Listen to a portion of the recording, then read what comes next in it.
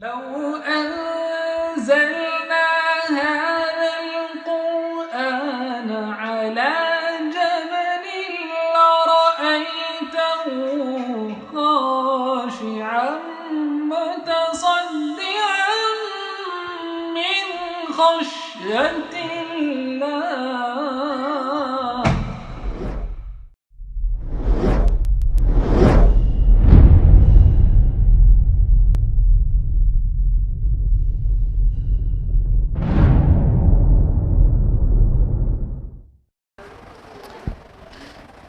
الله. الحمدللہ وحدہ والصلاة والسلام علی من لا نبی بعدہ واعوذ باللہ من الشیطان الرجیم بسم اللہ الرحمن الرحیم یا ایھا الناس قد جاءتکم موعظۃ من ربکم وشفاء لما فی الصدور وہدی ورحمۃ للمؤمنین. بسم اللہ الرحمن الرحیم. رب اشرح لی صدری ویسر لی امری واحلل عقدۃ من لسانی یفقہوا قولی. میری عزیز سامعات، درس قرآن مجید میں آپ سبھی کا تہہ دل سے خیر مقدم ہے. السلام علیکم ورحمۃ اللہ وبرکاتہ. کیسے آپ سبھی لوگ؟ الحمدللہ. اللہ تعالیٰ آپ کو اچھا رکھے، صراط مستقیم پر رکھے، بہت خوشحال رکھے اور آپ کو اچھی عبادت نصیب کرے اس عشرہ مبارکہ میں. اور کل تو عرفہ کا دن ہے، اللہ آپ کی ساری دعائیں قبول کرے، آمین یا رب العالمین. تو حسن اتفاق سے کون سی سورہ چل رہی ہے اور مہینہ کون سا ہے؟ حج کا. تو یہ آف کورس حسن اتفاق ہے، اور ایسے اتفاقات پہلے بھی ہوتے رہے ہیں، آپ کو پتہ ہے. 25 دسمبر کو سورہ مریم کی وہ آیات آئی تھیں جس میں عیسیٰ مسیح علیہ السلام کا پیدائش کا ذکر تھا. کہنے کا مطلب یہ نہیں کہ مسیح علیہ السلام کی پیدائش 25 دسمبر کو ہوئی ہے، لیکن کرسچنس تو وہی مانتے ہیں نا. تو وہ جس طرح وہاں پہ سیلیبریشن تھا 25 دسمبر کو مسیح علیہ السلام کی برتھ کا، اور ادھر ہم لوگ کے درس قرآن میں حسن اتفاق سے سورہ مریم کی وہ آیات چل رہی تھی. اور پھر سے ہم لوگ ذوالحجہ کے مہینہ میں، جو کہ حج کا مہینہ ہے، حج کے ایام چل رہے ہیں، اور سورۃ الحج ہم لوگ کے درس قرآن میں چل رہی ہے. تو یہ اللہ تعالیٰ کی مرضی ہے. تو آپ لوگوں کو یاد ہے سورہ حج چل رہی ہے، اور اب یہ بتائیے کتنی آیات ہم لوگ مکمل کر چکے ہیں لاسٹ ٹائم؟ ایگزیکٹلی 4 آیات ہم لوگ کر چکے تھے، اور آج آیت نمبر 5 آنورڈز انشاءاللہ تفصیل سے جانیں گے. لیکن اس سے پہلے کیا ریویژن چاہتے ہیں؟ ریویژن ٹھیک ہے. تو سورہ حج سٹارٹ ہوئی تھی ایک دم سے یہاں سے کہ آیت نمبر 1 میں اللہ تعالیٰ نے کہا یا ایھا الناس، اے لوگو، اتقوا ربکم، اپنے رب کا تقوی اختیار کرو، بے شک قیامت کا زلزلہ بہت بڑی چیز ہے. لاسٹ ویک ہم نے آپ کو بہت تفصیل سے بتایا تھا کہ یہ سورہ حج ہے، تو نام اس کا سورہ حج، سٹارٹ ہو رہی ہے قیامت کے منظر سے. تو حج کے ایام، حج کے پورے جو مناسک ہوتے ہیں، اس کا قیامت سے کیا کیا سملیرٹی جیسا بتایا تھا، یاد آ گیا ہوگا، ریکال کر لیجئے اس کو، کہ حج اور قیامت روز محشر میں جو اکٹھا ہوں گے لوگ، اور حج کے ایام میں جو تمام مناسک ادا کرنے کے لیے وہاں گیدر ہوتے ہیں، اس میں بہت ساری مشابہت ہے. تو اللہ تعالیٰ نے فرمایا کہ یہ بہت بڑی چیز ہے قیامت کا زلزلہ. اس سورہ کی شروعات ہی قیامت کے متعلق تذکرے سے ہو رہی ہے. پھر اس کی ہولناکی بیان کر کے فرمایا کہ جس دن تم دیکھو گے کہ ہر دودھ پلانے والی ماں دودھ پلا رہے بچے کو، جس کو ابھی ایٹ پریزنٹ دودھ پلا رہی ہے، اس کو چھوڑ کے بھاگ جائے گی، اس کو بھول جائے گی، اس سے غافل ہو جائے گی. جبکہ یہ عام حالات میں کبھی بھی نہیں ہوتا. دنیا کی کوئی بھی آفت آ جائے قیامت کے علاوہ، تو ماں اپنے چھاتی سے لگے ہوئے بچے کو پھینک کے کہیں بھاگ نہیں سکتی. وہ پہلے اس کو سیو کرے گی، پھر اپنے بارے میں سوچے گی. لیکن اللہ اکبر، قیامت کا زلزلہ اتنی بڑی چیز ہے کہ ہر ایک دودھ پلانے والی ماں اپنے دودھ پیتے بچے سے غافل ہو کے اپنے کو بچانے کے لیے بھاگے گی.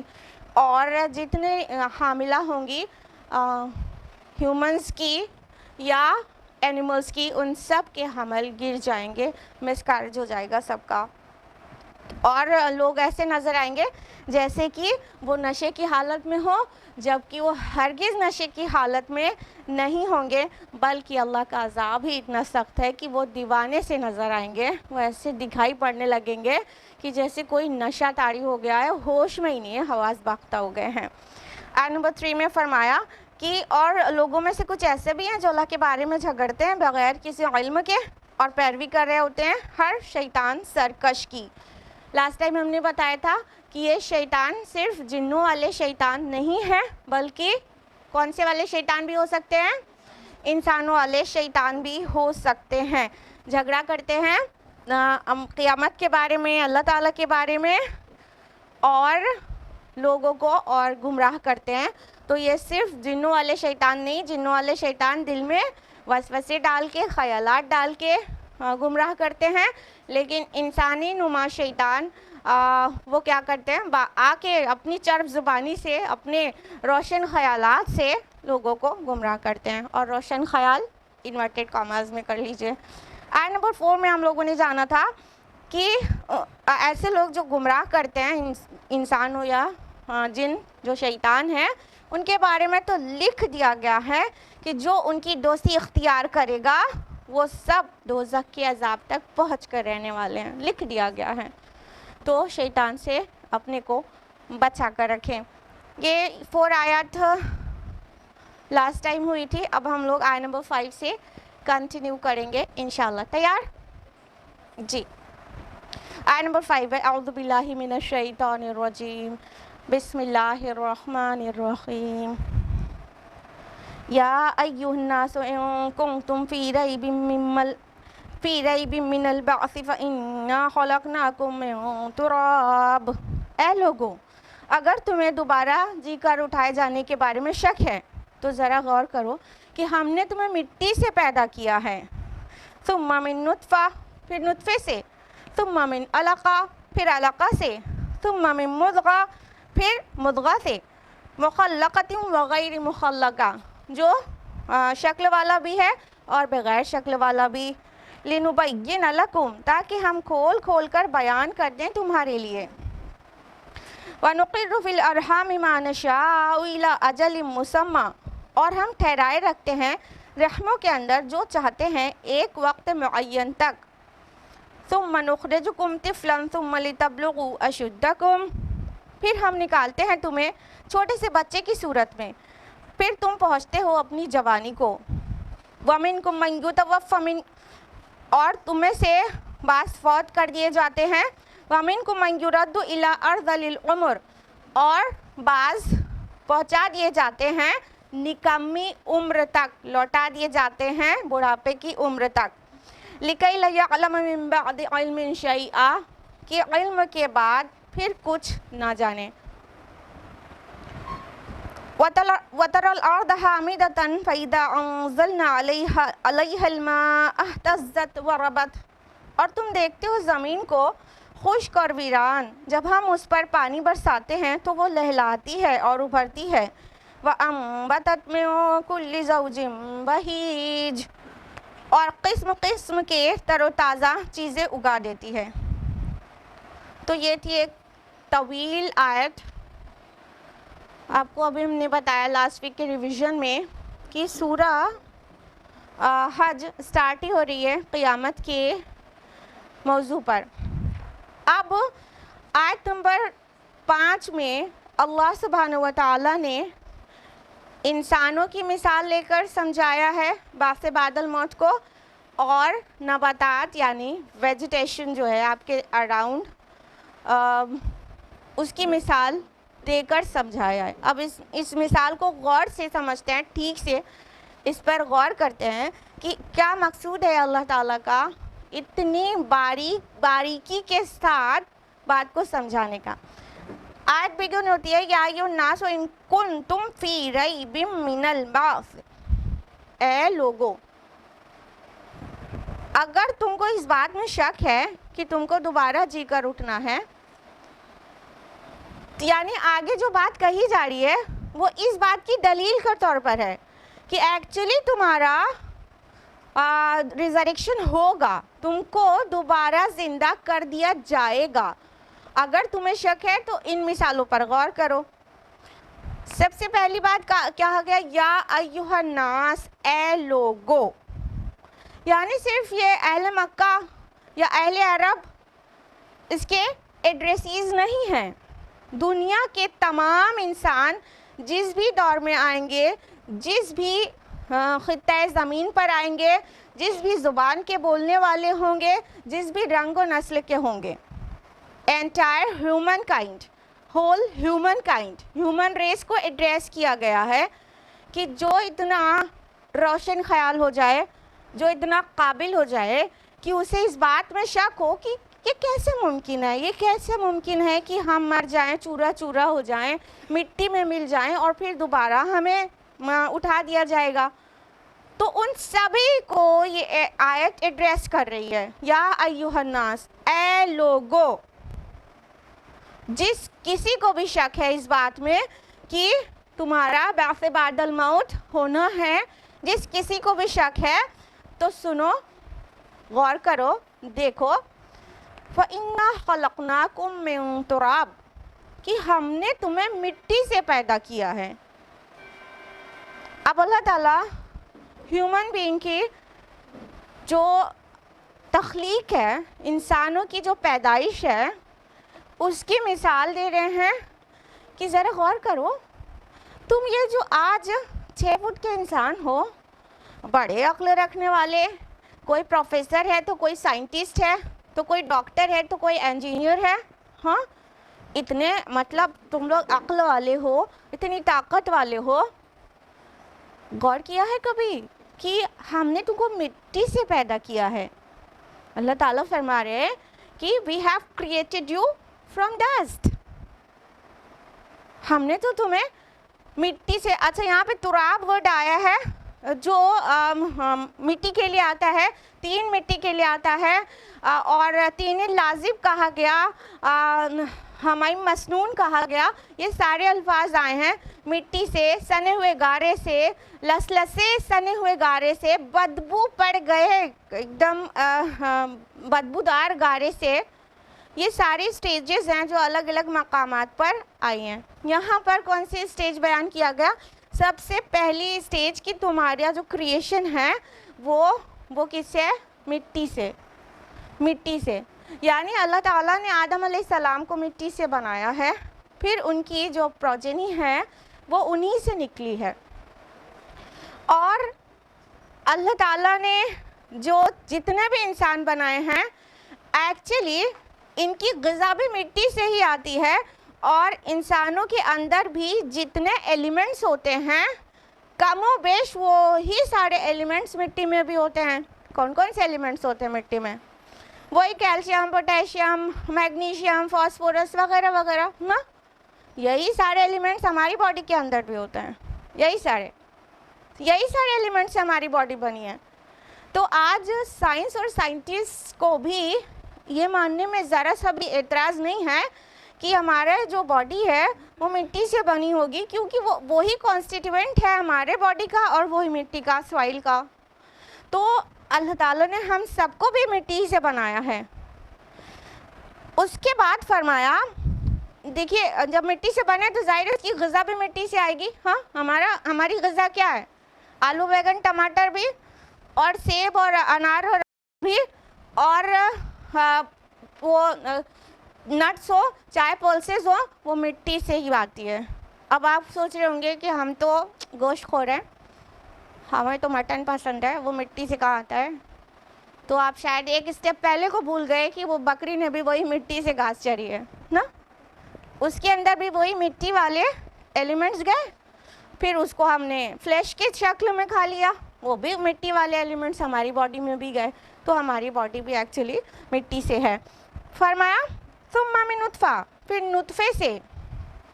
یعنی اے عقل مندو ذرا غور کرو کہ مٹی سے بنا ہوا ایک جسم ایسا ہی الٹپ کسی نے بنا دیا ہو, تو کیا وہ مٹی سے بنے ہوئے باڈی کے اندر اتنے امیزنگ وے میں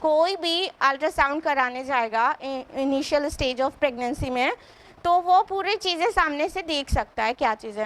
تو ایکچولی ہوتا کیا ہے کہ جب سیمن میں جو ملینز آف اسپرمز ہوتے ہیں ان میں سے اللہ تعالیٰ ایک کا چناؤ کرتا ہے. کبھی 2-3, کبھی ٹوئنس تو کم ہوتے ہیں, ٹرپلیٹس اور کم ہوتے ہیں, اس سے زیادہ اور کم ہوتے ہیں, موسٹلی ایک ہوتا ہے نا بیبی.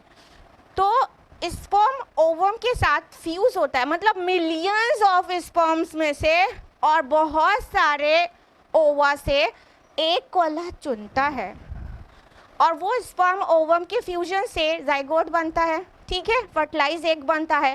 فرٹیلائز ایگ پھر آتا ہے یوٹرس میں اور یوٹرائن وال کے ساتھ اٹیچ ہو جاتا ہے اور پھر جب تھوڑی دیر کچھ ٹائم اس میں ایک دم اٹیچ رہتا ہے, پھر اس یوٹرائن وال کے ساتھ وہ لٹک جاتا ہے.